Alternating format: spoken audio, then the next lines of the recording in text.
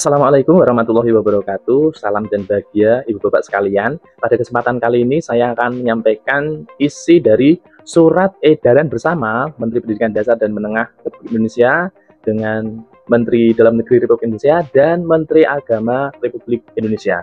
Surat edaran bersama ini ditetapkan pada tanggal 16 Januari 2025 oleh Mendikdasmen, Mendagri dan juga Menteri Agama untuk segera dilaksanakan di satuan pendidikan. Untuk itu semua guru dan orang tua wajib tahu.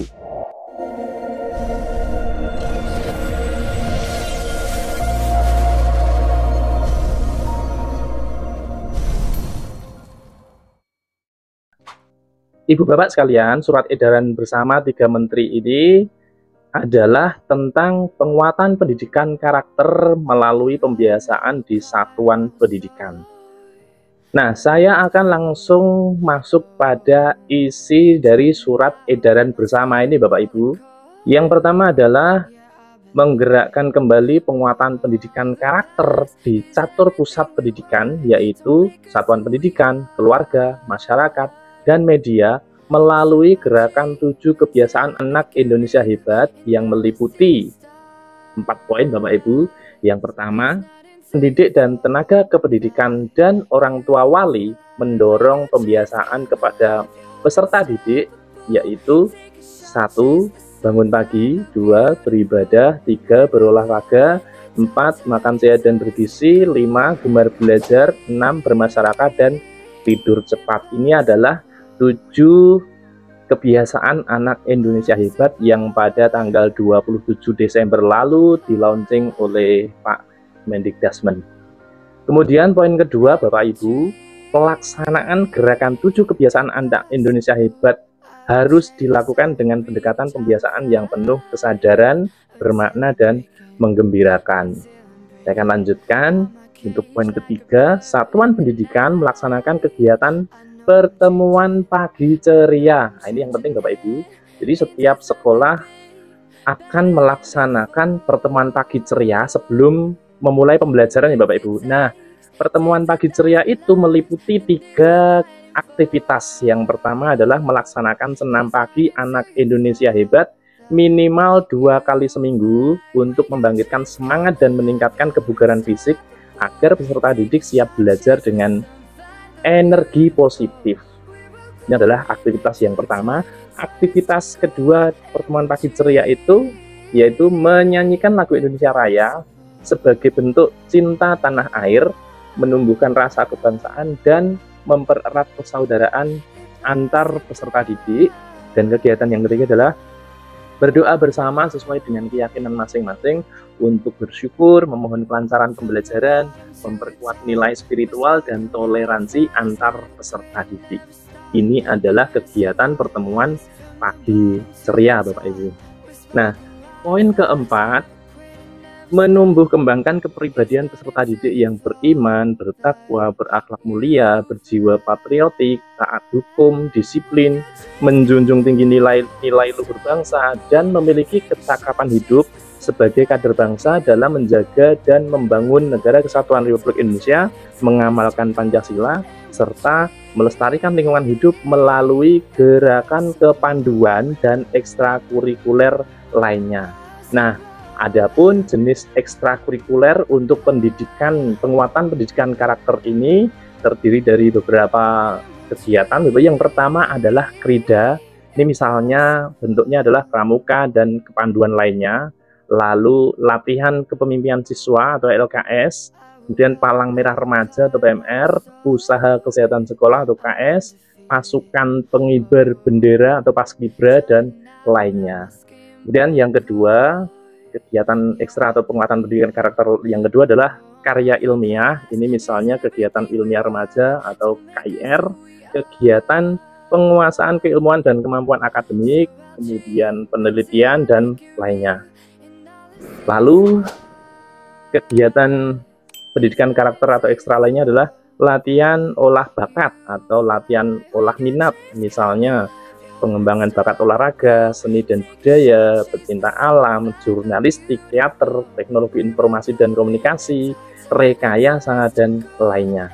Kemudian aktivitas yang keempat, keagamaan, misalnya pesantren kilat, ceramah keagamaan, membaca dan atau menulis kitab suci Al-Quran, Injil, Weda, Tripitaka, dan Sisu, dan buku-buku keagamaan.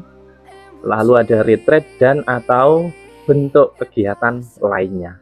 Lalu imbauan berikutnya pada poin kedua ini, gubernur dan wali kota melalui perangkat daerah bidang pendidikan serta Kementerian Agama melalui kantor wilayah Kementerian Agama Provinsi dan kantor Kementerian Agama Kabupaten Kota saling bersinergi dan berkoordinasi sesuai dengan kewenangannya masing-masing dan sesuai ketentuan peraturan perundang-undangan untuk satu, mengimplementasikan pendidikan karakter di wilayahnya dengan berpedoman pada peraturan perundang-undangan Peraturan Presiden nomor 87 tahun 2017 tentang penguatan pendidikan karakter dan Peraturan Menteri Pendidikan dan Kebudayaan nomor 20 tahun 2018 tentang penguatan pendidikan karakter pada satuan pendidikan formal dan Peraturan Menteri Agama nomor 2 tahun 2020 tentang penyelenggaraan penguatan pendidikan karakter. Lalu yang kedua, mengintegrasikan kebijakan pendidikan karakter di satuan pendidikan dalam dokumen rencana pembangunan daerah meliputi rencana pembangunan jangka menengah daerah atau RPJMD, rencana kerja pemerintah daerah atau RKPD, dan dokumen rencana perangkat daerah meliputi Renstra dan Renja perangkat daerah, serta dianggarkan dalam anggaran pendapatan dan belanja daerah dan sumber pendanaan lain yang sah dan tidak mengikat sesuai dengan ketentuan peraturan perundang-undangan. Lalu yang ketiga adalah melakukan publikasi terhadap implementasi nilai-nilai pendidikan karakter. Seperti yang saya lakukan saat ini adalah melakukan publikasi untuk implementasi nilai pendidikan karakter ini melalui media sosial agar seluruh masyarakat dan juga instansi pendidikan atau satuan pendidikan dapat mengetahui dan segera mengimplementasikannya. Lalu yang keempat adalah mendorong optimalisasi gerakan 7 kebiasaan anak Indonesia hebat dengan melibatkan satu pusat pendidikan yaitu satuan pendidikan, orang tua, masyarakat, dan media melalui pelaksanaan program kolaboratif dan gerakan kampanye publik yang terencana. Dan yang kelima adalah melakukan pemantauan dan evaluasi pelaksanaan pembelajaran pendidikan karakter melalui gerakan 7 kebiasaan anak Indonesia hebat dan penerapan tata kelola pendidikan yang bersih dan baik yang dilaksanakan di satuan pendidikan paling sedikit 1 kali dalam setahun. Poin ketiga dari isi surat edaran bersama 3 menteri ini adalah melaporkan pelaksanaan kegiatan surat edaran bersama secara berjenjang dengan mekanisme pertama, Bupati Wali Kota pada Gubernur sebagai wakil pemerintah pusat di daerah dan ditembuskan kepada Kepala Kantor Kementerian Agama Kabupaten atau Kota. Yang kedua, Gubernur kepada Menteri Dalam Negeri dan melalui Direktur Jenderal Bina Pembangunan Daerah, dan Gubernur kepada Menteri Pendidikan Dasar Menengah melalui surat penguatan karakter dan tembusan kepada Kantor Wilayah Kementerian Agama Provinsi.